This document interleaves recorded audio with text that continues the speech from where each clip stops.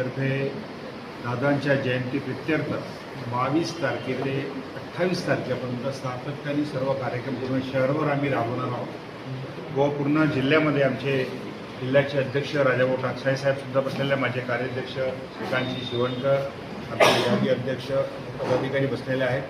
आम्ही पूर्ण नागपूरच्या 6 विधानसभामध्ये व ग्रामीणच्या 6 विधानसभामध्ये 13 विधानसभामध्ये 13 तालुक्यामध्ये म्हणजे 6 विधानसभा 13 तालुके या ठिकाणी पूर्ण लोकांकरता राबवण्यात येणारे कार्यक्रम, ज्याला आपण म्हणतो रोग निदान शिबिर, ब्लड डोनेशन कॅम्प, त्यांच्याविषयी लोकांनी अवेअरनेस यावा याकरता स्वच्छता अभियान, असे अनेक कार्यक्रम, जनसेवेचे कार्यक्रम आम्ही या पिरियडमध्ये राबवणार आहोत व 28 तारखेला एक आम्ही दादांची रॅली व्हेरायटी स्क्वेअरपासून आम्ही काढण्याचा आमचा मानस आहे।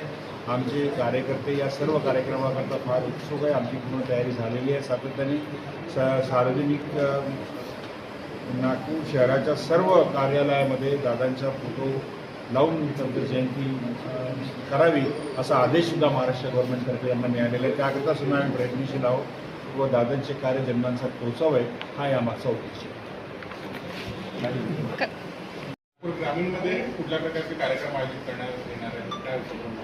नागपूर ग्रामीणमध्ये वृक्षारोपण कार्यक्रम, शेतकऱ्यांसाठी मार्गदर्शन, त्यानंतर महिलांसाठी मार्गदर्शन शिबिर, महाआरोग्य शिबिराच्या माध्यमातून अनेक महिलांना आता कॅन्सरचे प्रमाण मोठ्या प्रमाणात आज वाढत आहे, तर कॅन्सरची तपासणी, अशा वेगवेगळे शिबिर, स्वच्छता अभियान, असे वेगवेगळे शिबिर आम्ही आयोजित करत आहोत। 13ही तालुक्यात 7 दिवसपर्यंत कंटिन्यूस आमचे कार्यक्रम आहेत।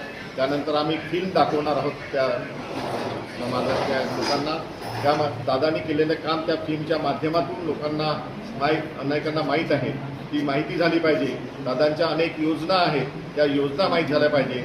त्या योजनाचं काही वाटप आहे आम्ही तिथे करणार आहोत, सायकली वाटप आहे, काही रिक्षा वाटप आहे, ते वाटपसुद्धा ग्रामीण भागात आम्ही करणार आहोत। अनेक महिलांना त्या लाडकी बहिणीच्या माध्यमातून अनेकांचे पैसे मिळाले नाही, त्या अधिकाऱ्यांना बोलवून त्यांचे पैसे का मिळाले नाही त्याचंसुद्धा आम्ही नियोजन करून प्रत्येकाला दादांनी केलेलं काम पोहोचण्यासाठी आम्ही 13ही तालुक्यामध्ये एक विविध कार्यक्रम घेत आहोत। किती लोकांना याचा लाभ होईल?